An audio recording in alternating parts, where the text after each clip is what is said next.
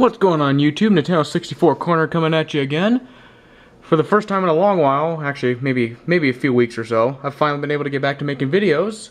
I just came back from my vacation from Disneyland / Universal / California, I guess I'll call it.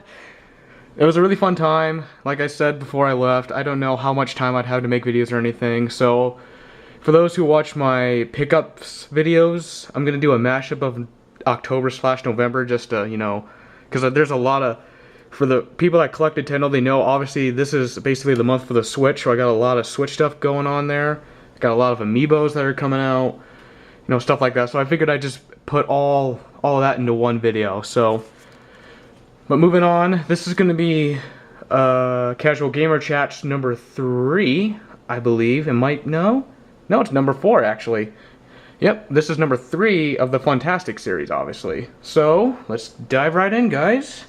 So, what we got right here, this is the Grape Purple, also known as the Midnight Blue in Japan.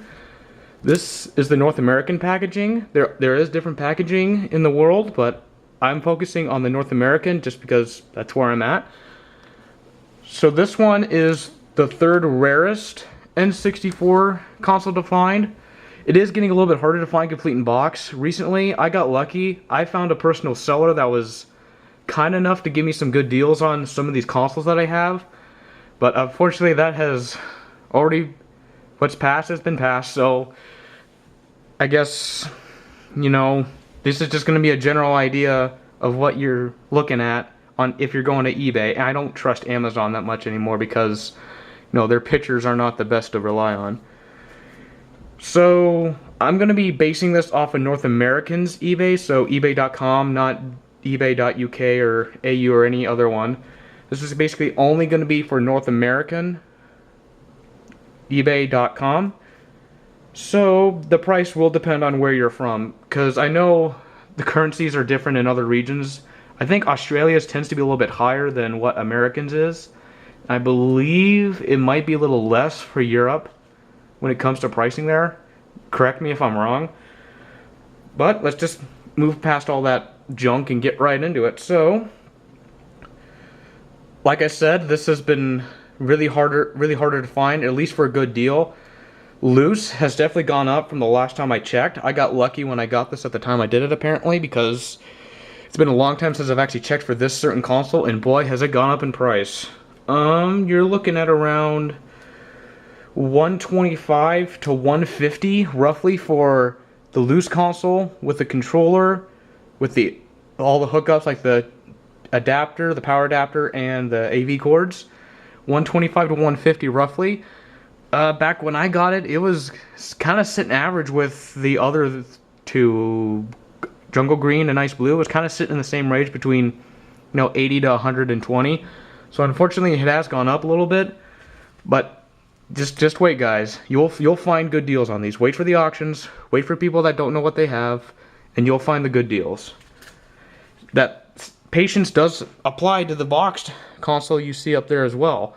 This one, unfortunately, has been going up way more than I'd like it to be at, which is kind of a bummer because I don't like people scalping people on something that isn't that rare.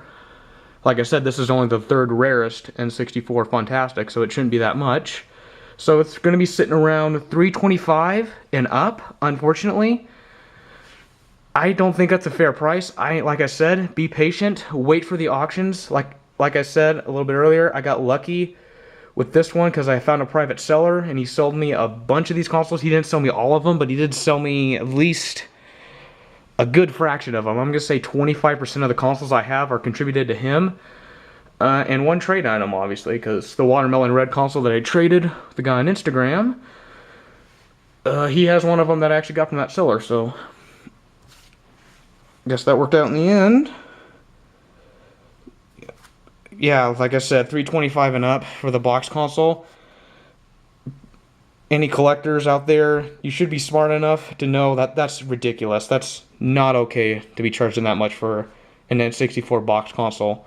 That's not super rare, but just to recap, guys, really quickly, since the battery life on my camera just really sucks, so I have to make these videos kind of quick. But to wrap it up, we got 125 to 150 for the loose console with the controller, console, and all the hookups.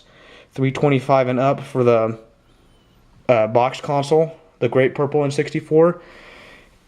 The one thing I can leave you with is, like I've said a few times in this video, be patient. You know, be patient. Wait for people that don't know what they have or know what they have and they're given a good deal just because they're nice. Or wait for auctions. Auctions are probably the best way to get a good deal on this stuff. And when you're looking for stuff like that, search multiple times a day. Search broad ideas, or type in a broad subject. Like sometimes when you're looking for something, sometimes I'll just type in Nintendo 64 and then I'll set, you know, how much I'm willing to pay for anything, and then I always put on free shipping because I don't like paying for shipping. And then I'll scroll through the thousands and thousands of items until I stumble upon something that might interest me. But thank you guys for watching. If you like N64 content, you know, like, comment down there, you know, and subscribe.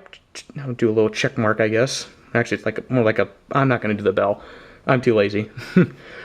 I'm going to end the video right here. If you want to follow me on social media, my Instagram name is N64Junkie. N is capitalized in the beginning. 64_ all caps junkie.